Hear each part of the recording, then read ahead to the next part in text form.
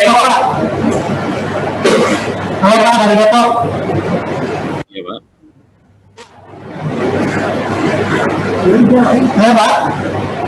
Iya dulu Pak. Halo. Ya.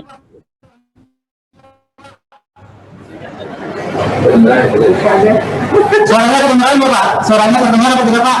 Suaranya terdengar Pak, cuman banyak gangguan suara itu sedang di mana ya Pak?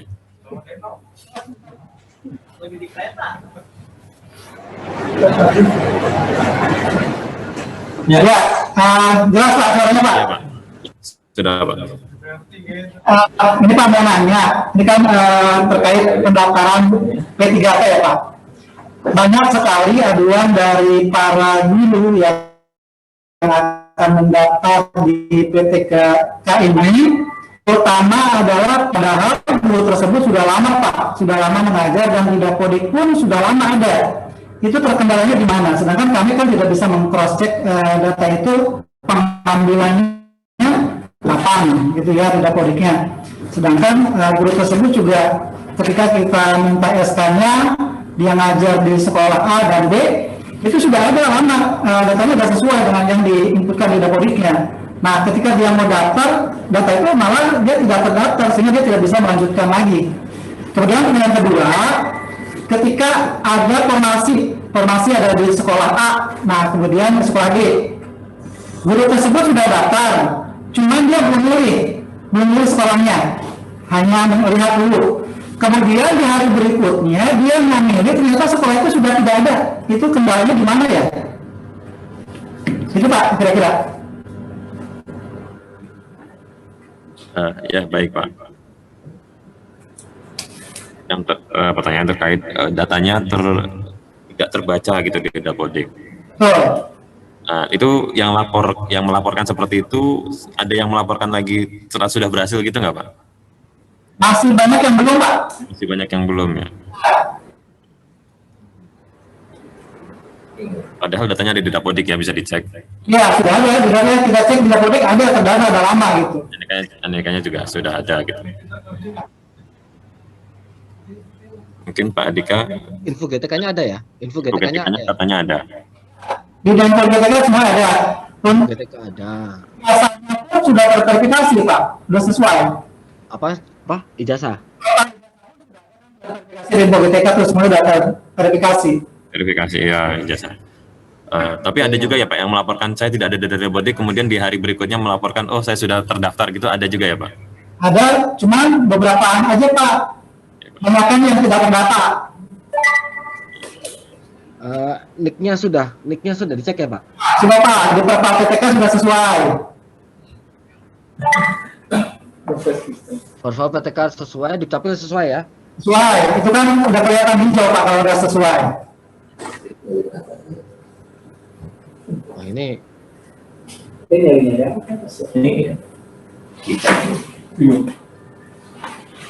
saya kurang tahu.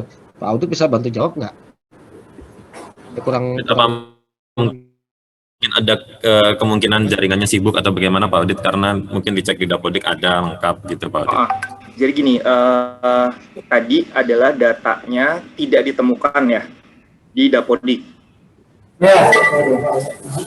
Betul ya Pak? Ya, di Dapodik itu sudah lama. Jadi makanya kan kita bingung nih ketika ada aduan-aduan seperti itu dari misalnya dulu ya. Nah, sedangkan di Dapodik kita sudah cek, dia sudah lama terdaftar. Di info GTK juga dia sudah sesuai. Tapi ketika dia mau daftar, itu ada tulisannya tidak terdaftar di Dapodik. Kemudian kan ada arahan bahwa harus lapor ke helpdesk-nya Pak. Nah, itu sudah ada aduan, tapi prosesnya memang agak sedikit lama ya Pak. Sehingga kan dia terus bertanya ke kami juga. Nah, kami juga kan nggak ngerti prosesnya seperti apa gitu. Bingung jawabnya juga di lapangan di sana. Ya betul. Mungkin tadi saya ulang, yang perlu diketahui oleh teman-teman adalah dari SSCASN itu memanggil NIK dari Dapodik. Nah, sudah ada di info GTK-nya atau di Dapodiknya ya, kita sebut, saya penyebutannya mungkin Dapodik, itu sudah sama atau belum? Kalau NIK waktu bikin akunnya itu misalnya 007, maka di info GTK itu harus 007 Pak. Kalau tidak sama, tidak akan bisa diambil datanya. Misalnya di info GTK-nya tadi sudah dijelaskan Mas Hadika, info GTK-nya ini salah nih, 006. Tapi pas bikin akun itu berdasarkan Dukcapil ya Pak. Itu sudah valid. Jadi yang dilihat adalah apakah nick di dalam database-nya Dapodik itu sama atau tidak. Kalau tidak sama, maka lapor di Verval, apa namanya Mas, PTK ya tadi ya. Itu sih. Kalau tidak ditemukan pasti nick-nya adalah berbeda ataupun kita cuma ngecek nick aja Pak di Dapodik. Silakan nanti dicoba lagi saja. Soalnya kan di nick-nya di Verval PTK-nya sendiri dia kan sudah dicek udah hijau. Kalau hijau berarti kan sudah benar Pak, sesuai dengan di Dukcapil. Ya betul. Itu yang merah nggak sesuai. Nah ini sudah sesuai semua, kenapa masih ada yang tidak terdata di Dapodik itu maksudnya gitu? Gini Pak, jadi dibandingkan dulu pas bikin akun nick-nya sama atau enggak dengan yang Dapodik. Jadi gini, kami sudah melakukan seleksi CPNS ini dari 2013. Kita sudah banyak sekali menemukan ternyata ada nick ganda atau nick-nya salah gitu ya. Pada saat pembuatan akun, coba dilihat Pak, nick-nya itu berapa, nick di Dapodik berapa. Misal ternyata nick di Dapodik itu sudah tadi dibilang centang hijau ya, centang hijau sudah benar gitu. Tetapi ternyata dia sebenarnya punya 2 nick ya. Punya 2 nick lah gitu. Itu tidak bisa dipungkiri bahwa ada orang yang punya 2 nick. Dia mendaftar di akunnya itu dengan nick yang satu lagi, tapi di Dapodik itu dia menggunakan nick yang lain. Maka tidak akan pernah bisa ditarik datanya Pak. Maka dicoba dicek lagi di akun menggunakan nick-nya nick berapa, lalu di Dapodik yang centang hijau itu berapa, sama. Oke, terus yang kedua Pak yang tadi nanti kita sampaikan lagi yang kedua. Ketika yang peserta mau memilih tempat nih Pak, kan di situ biasanya ada sekolah A, B, C yang terbuka gitu ya Pak ya. Nah kemudian dia hanya melihat dulu nih, belum daftar, dia hanya melihat dulu mana di mana A atau B atau C, dia tutup dulu. Kemudian 2 hari berikutnya dia daftar lagi, ternyata sekolah A, B, C ini sudah nggak ada, maka kan dia tidak bisa untuk memilih lagi. Terus kemudian ada aduan bahwa kalau sudah ada yang milih itu terkunci atau seperti apa Pak? Ya baik Pak. Ini tadi mungkin sama dengan kuncian sekolah tadi ya. Jadi gurunya tadi belum milih sekolah dulu, agak besok dulu kan. Ternyata sekolahnya begitu dicek besoknya pilihannya udah nggak ada, udah berkurang gitu kan. Nah ini tadi sudah disampaikan oleh Pak Andika juga terkait penguncian formasi. Mungkin akan kita memerlukan waktu sampai besok untuk memastikan akan ada pengumumannya. Gimana Pak Andika? Ya, itu untuk yang formasi hilang tadi saya sampaikan. Kami minta waktu ya sampai dengan besok setidaknya. Cuman jangan besok pagi, agak sore-sore gitu. Coba kita review kembali. Ya baik Pak, kalau seperti itu nanti kita sampaikan ke teman-teman dulu yang memang terkendala seperti itu. Terima kasih Pak. Ya baik, terima kasih Pak. Kita lanjut ya. Ini sudah menjelang pukul 12. Mungkin tersisa 2 pertanyaan terakhir saja. Yang pertama dari BKD Oku Selatan.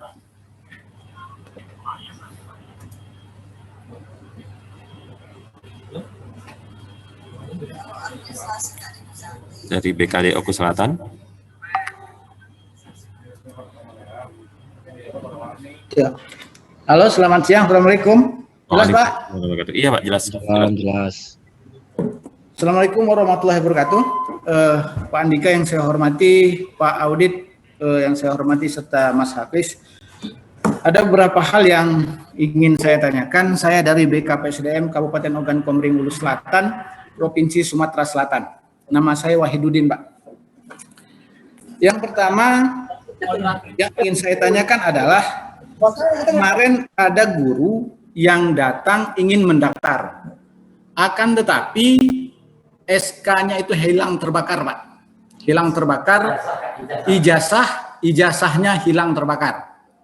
Hilang, surat keterangan hilang sudah dari polisi, kemudian sudah ada surat keterangan dari universitas terbuka yang menerangkan bahwasannya di situ sudah tertera nomor ijazah dan transkripnya.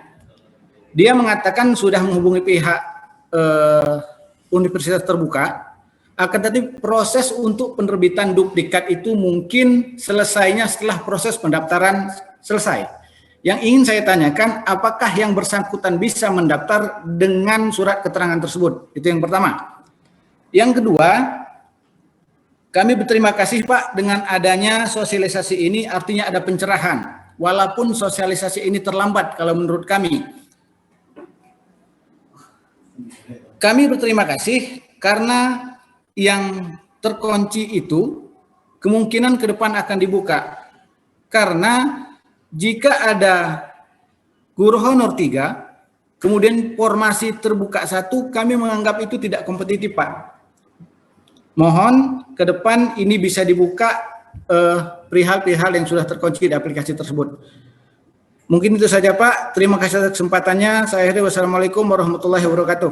Waalaikumsalam warahmatullahi wabarakatuh. Baik Pak Wahid, ini pertanyaan yang berbeda dari yang sebelum-sebelumnya.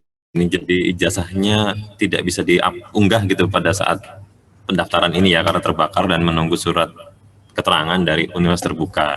Betul Pak. Sebenarnya mungkin nanti di BKN seperti apa begitu ya? Mungkin Pak Abid bisa menjawab. Ya, izin. Memang untuk pemberkasan sewaktu nanti penetapan NIP itu sesuai Perban BKN nomor 14, penyampaian usulan NIP itu memang harus disertakan juga dengan ijazah. Tetapi ini karena kondisi kahar dan yang lain, memang sewaktu dulu juga CPNS, waktu Palu kalau tidak salah, yang ada bencana alam, sehingga semua pesertanya itu tidak mempunyai ijazah, bahkan hanya membawa baju yang ada saja. Tetapi itu sebenarnya dijadikan pengecualian pada saat instansi, khusus untuk instansi yang terkena bencana alam. Ya. Nah, memang sewaktu nanti penetapan NIP, untuk kondisi seperti ini, jika memang mempunyai dokumen yang asli, yang bisa menyatakan bahwa yang dokumen tersebut misalnya hilang atau terbakar dan lain-lain, ini memang bisa dijadikan dokumen pengganti, tetapi nanti kita harus koordinasi lagi dengan Kedeputian Mutasi di BKN Pusat khususnya, karena nanti dan juga kantor regional masing-masing, karena nanti yang mengusulkan adalah instansi masing-masing. Di sini instansinya adalah, tadi Bapak dari mana Pak? Izin. BKBSDM Kabupaten Ogan Komering Ulu Selatan, Pak Udit, Sumatera Selatan. Berarti Pekanbaru ya, Kanrek Pekanbaru ya Pak?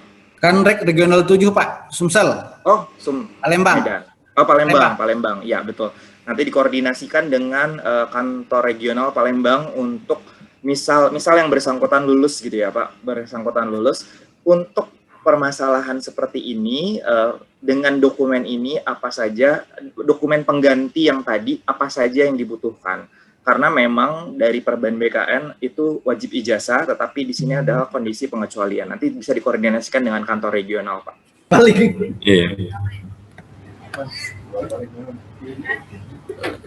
Ya, untuk pertanyaan pertama mungkin sudah terjawab ya Pak. Iya Pak. Ya, pertanyaan kedua tadi bisa diulangi Pak? Untuk pertanyaan kedua,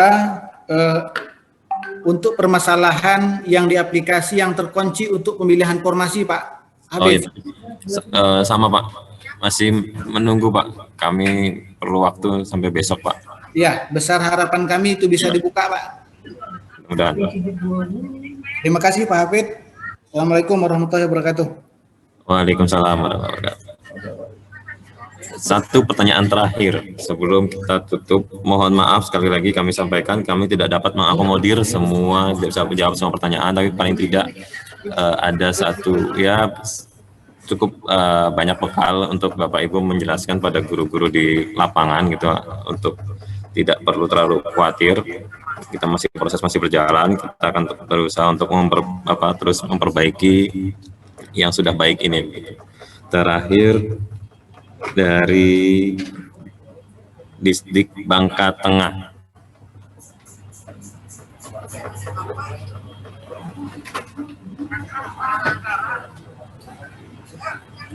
Distrik Bangka Tengah, silakan.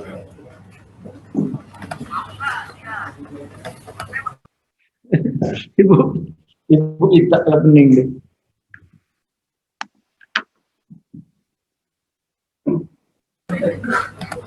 Ada titik pengatakan?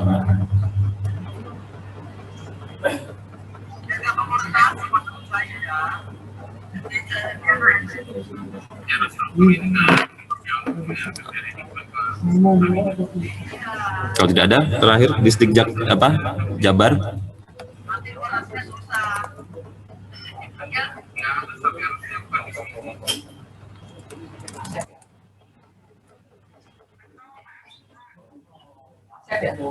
Halo Pak, Ya, ya alhamdulillah masih bisa.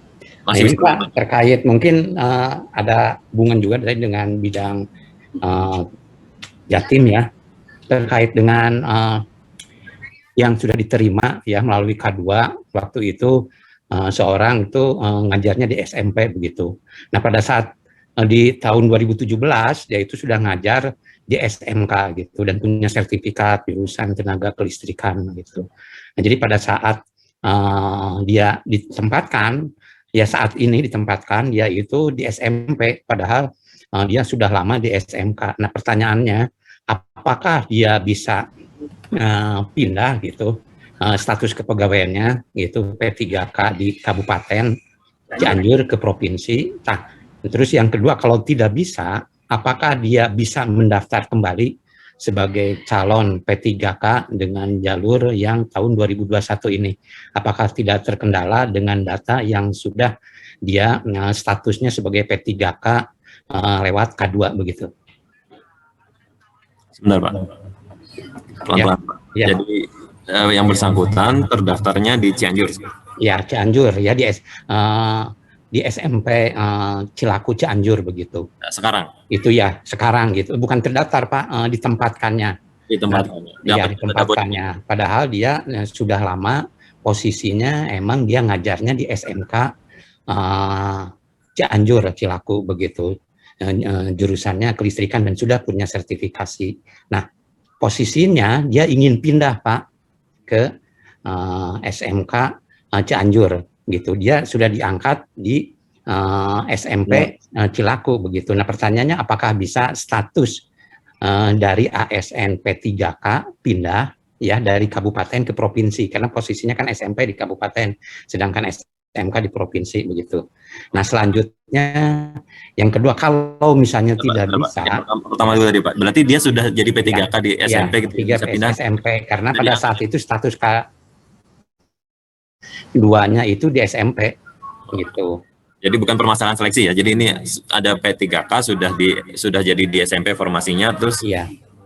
dia Ya, bisa nggak pindah ke betul. SMK begitu Nah, ya. selanjutnya kalau seandainya Pak tidak bisa ya kalau seandainya pertanyaan keduanya apakah dia bisa daftar kembali untuk mengikuti seleksi P3K di 2021 ini ya dalam posisi dia sudah menjadi statusnya P3K di SMP begitu.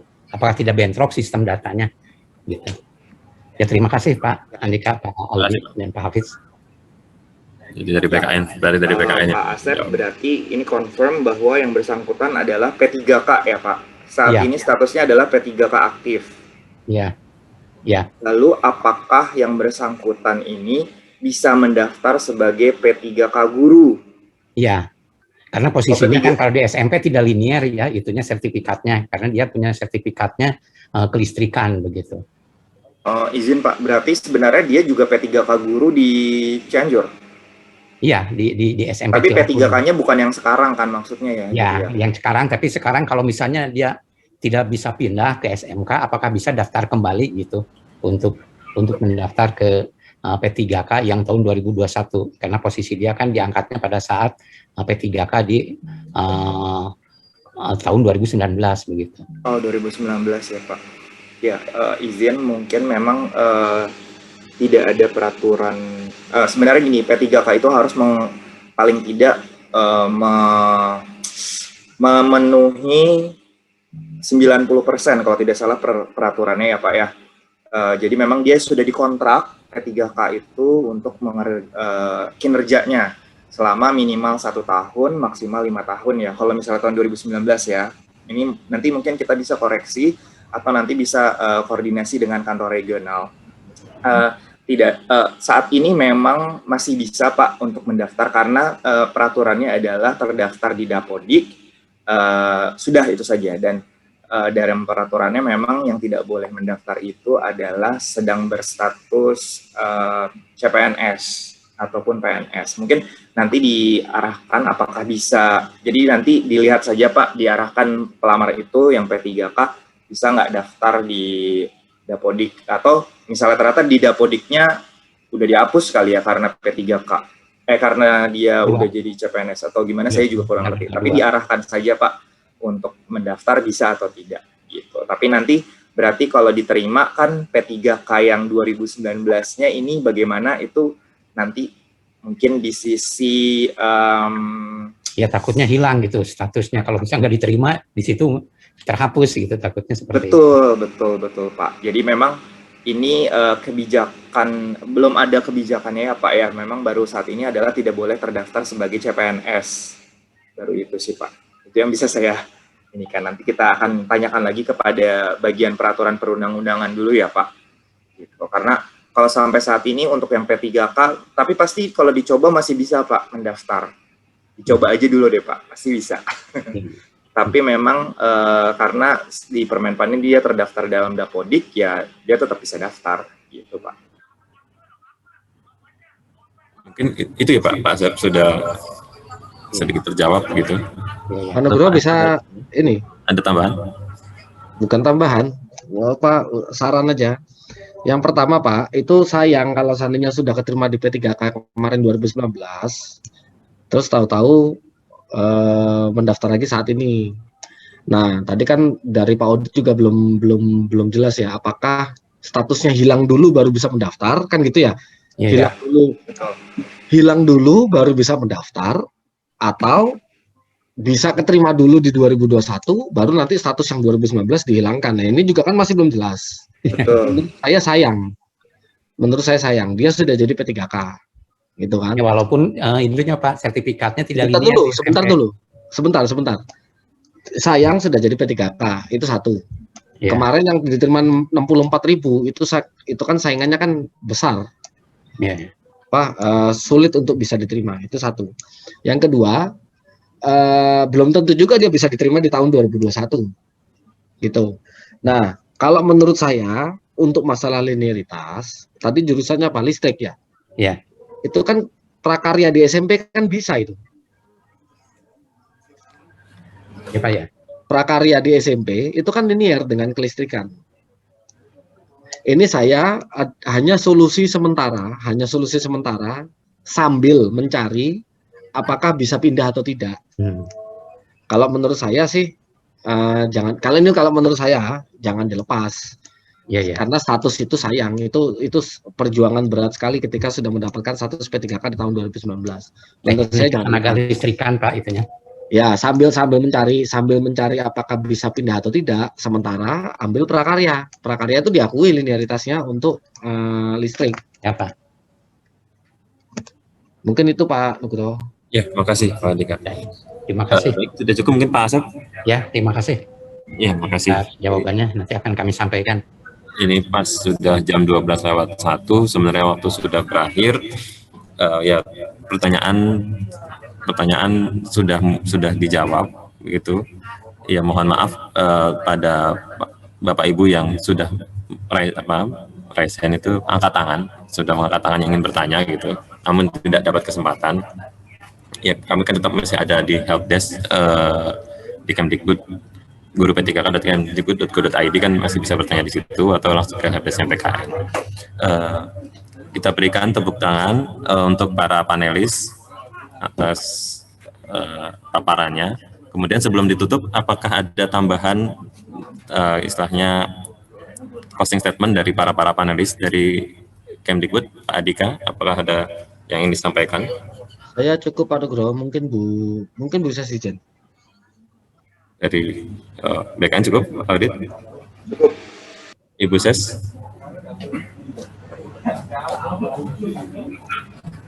Halo ya Mas. Sudah jawab Bu pertanyaannya Bu, ini kita laporkan ya masih ada beberapa. Ya saya menyimak dari tadi ya. Jadi Ya, sebelum Ya. sebelum Oh, diakhiri, sekarang ditutup. ingin disampaikan sebagai penutup, Bu. Baik, terima kasih Mas Auditya Nugraha, Pak Auditya dan Pak Andika, juga bukan Pak Hafiz ya, Pak Nugroho. Tadi panggilnya Pak Hafiz, ada yang manggil Pak Hafiz Namanya di bawah. karena di Zoom-nya namanya Pak Hafiz, ini Pak Nugroho, Kristianto Nugroho. Terima kasih sudah moderatori kegiatan ini, dan juga buat kedua narasumber saya ucapkan terima kasih semua jawabannya. Tapi Bapak Ibu masih ada satu PR kalau nggak salah tadi ya, disimak. Nah, dari berbagai pertanyaan tadi masih ada satu yang belum terjawab dengan tuntas terkait dengan informasi yang terkunci. Kami sedang melakukan upaya diskusi dan kerjasama dengan tim dari BKN agar nanti apa yang menjadi permasalahan Bapak Ibu dapat kita selesaikan dengan baik. Gitu ya, nanti seperti yang tadi disampaikan oleh Pak Andika dan Pak Audit ya, Pak Andika khususnya untuk bersabar pada Bapak Ibu semua untuk menunggu sampai besok sore. Setelah ini kami akan melakukan koordinasi lagi, menampung dan mendiskusikan beberapa pertanyaan yang belum terselesaikan pada rapat koordinasi hari ini.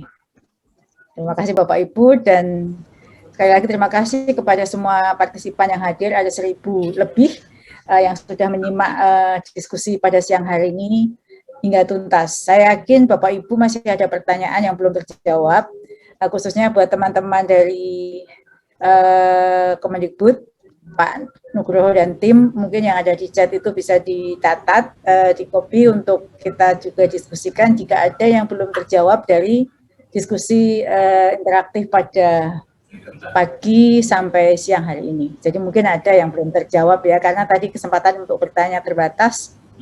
Masih ada beberapa yang masih ada raise hand di sini, masih ada 3 orang. Orang ini memang masih perlu jawaban tertulis.